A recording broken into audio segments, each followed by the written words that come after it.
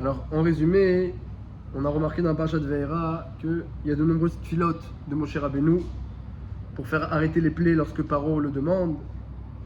C'est un grand kiddush Hashem qu'à chaque fois que Moshe prie sur la demande de Paro, eh bien, les plaies s'arrêtent.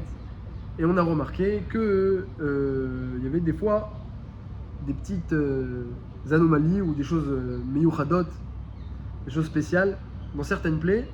C'est pas marqué comme dans les autres plaies. Par exemple, dans la plaie de Barad, eh bien c'est marqué que Ketzeti et Taïr. Moshe Rabbeinu dit je sors de la ville pour prier. Dans les autres plaies, il priait sans sortir de la ville, c'est pas marqué. Mais là, Ketzeti et Taïr, il fera cette kapaï à la chair. Et Rashi, au nom du Midrash, dit pourquoi il fallait sortir de la ville? Parce que dans la ville, il y a trop d'Avodah Zara, je peux pas prier maintenant. Et c'est Nifsak dans le Shulchan Aruch, Siman Tzadik Dalet. Et dans le Bet Yosef, Siman Tzadik, que celui qui doit faire sa tfila dans un endroit où il y a une avodah zara, et bien qui sorte, comme Moshe Rabbeinu qui sort pour faire sa tfila.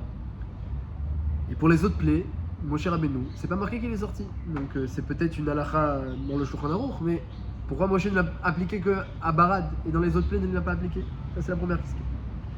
Deuxième question, deuxième chose spéciale qu'on a remarqué, c'est que dans toutes les tfilotes c'est marqué Vaye Tar. Moshe a insisté auprès d'Hachem pour que la plaie s'arrête.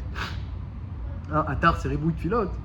Et en ce qui concerne la plaie de Tzvardeim, on a remarqué que c'est marqué Vaïtzak, que Moshe Rabbeinu a crié. Et pourquoi il a crié? Et les autres plaies, il n'a pas crié. Dit le Siftei Chachamim, il a crié, eh bien parce qu'à cause des Tzvardeim, elle faisait tellement de bruit qu'on ne s'entendait plus. Alors pour pouvoir entendre cette fille-là, il a crié. Donc pour chacune des plaies, c'est marqué Vaïtar, mais pour Tzvardeim, c'est marqué Vaïtzak. Alors c'est intéressant parce que, a priori, bien qu'il y ait une halakha que lorsque l'on fait Kriyat Shema ou même la Mida, on doit entendre sa voix, les Chatrila, d'après Rabbi Yehuda, c'est les Chatrila, mais c'est une obligation, si on peut, d'entendre sa voix. D'après nombreux Rishonim, c'est Doraïta pendant le Kriyat Shema. Mais à Kol Panim, dans la Mida, même si on doit entendre sa voix basse, mais si c'est pas possible, on ne va pas se mettre à crier. On sait bien que la Mida se fait à voix basse, on apprend de Chana. Sfate Anaot, Vekola Lo Yishamer, on n'en est pas sa voix. Une fila c'est intime, c'est avec Hachem, on apprend de Chana. Donc comment ça se fait-il qu'il a crié à cause des Tzvardeim? Il aurait dû a priori continuer sa Amida. Quelqu'un qui se trouve dans un endroit où il y a beaucoup de bruit et doit faire sa Amida, de la musique ou autre chose, un mariage par exemple, est-ce qu'il devra crier pour faire sa Amida de façon audible?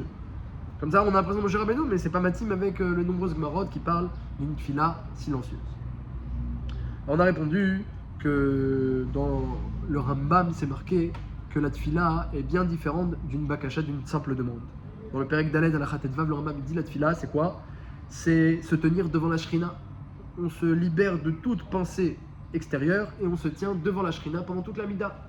Et ça, c'est une kavana qu'il faut avoir pendant toute la mida. Comme ça, c'est ira dans le Rambam, pas seulement la première bracha, comme la traduction des mots, comme c'est ira dans le Rambam Perek Yud. Dans le Perek Daled, eh bien, on se tient devant la shrina et ça, c'est une kavana à avoir parce que la shrina se présente devant nous, dit le Mishnah Berurah, pendant la Mida. Et donc on peut expliquer que, eh bien, pour chacune des tfilotes, Moshe Rabbeinu n'a pas fait une Amida pour enlever les grenouilles ou les poux ou les bêtes féroces, il n'y a pas besoin d'une Amida. Mais pour la plaie de Barad, de la grêle, dit le Netziv, c'est possible qu'il y ait besoin d'une Amida.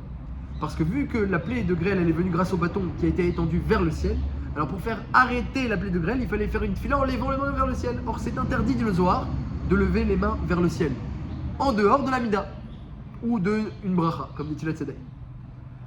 Donc, Moshe Rabbeinu a pensé que c'était pas possible de lever ses mains vers le ciel pour faire arrêter la plaie de grêle, si ce n'est que dans une Amida. Donc il devait faire sa Amida, et c'est pour ça qu'il est sorti de l'Égypte, comme ça dit le Netziv, alors que les autres plaies, il a fait une bakasha, une demande normale, bakasha Hachem, où il n'y a pas la shrina devant toi lorsque tu fais une demande. Et donc, c'était pas nécessaire de sortir de la ville. Comme ça, le Netziv répond à la première question. La seconde question pour les grenouilles, pourquoi il fallait crier? Eh bien, il y a une chakira de Rab Elchanan Wasserman, savoir est-ce que le fait d'entendre sa voix pendant le Kriyat Shema, c'est une obligation d'entendre sa voix, et pendant la Mida aussi, c'est nécessaire, sans déranger les autres à côté du Mishnah Berurah.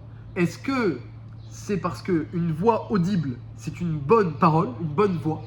C'est une halakha dans le dibour. Un bon dibour, c'est un dibour qui s'entend. Ou bien non. Entendre sa voix, on apprend de Shema Israël. Écoute Shema Israël, Ashmi al oznecha, fais entendre à tes oreilles ce que ta bouche dit. Entendre sa voix, c'est pas pour donner l'importance à la parole, c'est pour donner l'importance aux oreilles. C'est-à-dire c'est une manière de faire participer les oreilles à la mise du Kriyat Shema.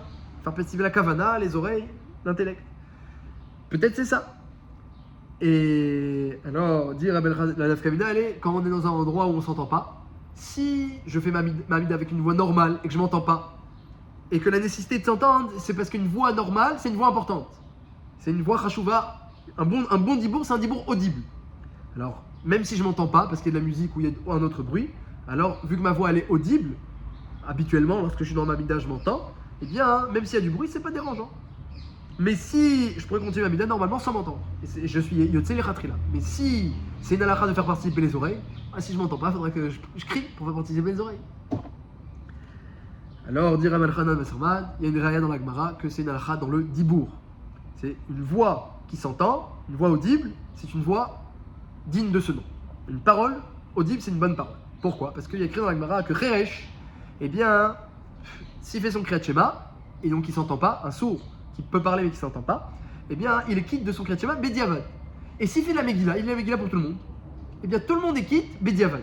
Donc, je comprends bien que lui, le Cheresh, quand il fait la Megillah, il est quitte Bediavad parce qu'il ne s'est pas entendu, mais tous les autres, ils ont entendu la Megillah. Donc, ils ont fait participer leur oreille.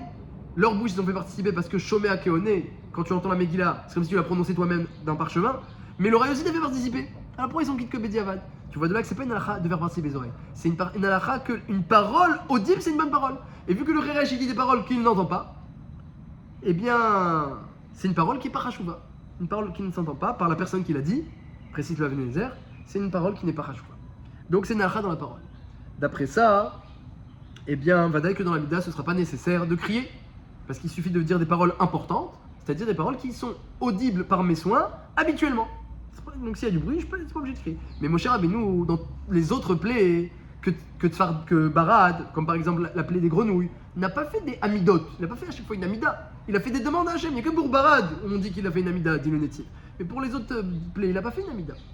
Donc, c'était pas nécessaire de. Donc, c'était pas une amida. Donc, s'il y avait du bruit, si ça avait été une amida et qu'il y avait du bruit, il aurait pu ne pas s'entendre. Comme on a expliqué qu'une amida se fait à voix basse, avec une parole importante. Mais vu que, en réalité, c'était une demande d'arrêter les plaies que pour faire Kiddush Hashem. Donc c'était une bakasha, une demande autre que l'amida. C'est ni Kriyat Shema, ni l'amida, c'est une demande juste pour faire Kiddush Hashem. On va demander, ça va s'arrêter. Alors là, si tu demandes à voix basse, même si c'est une parole importante, mais il y aura Kiddush Hashem. Il fallait que tout le monde puisse entendre que tu as demandé que la plaie des grenouilles s'arrête. Donc Moshe Rabbeinu l'a crié. Donc on ne peut pas apprendre de Moshe Rabbeinu cette halakha qu'il faut crier parce que c'était pour les soins, c'était pour les besoins de Kiddush Hashem.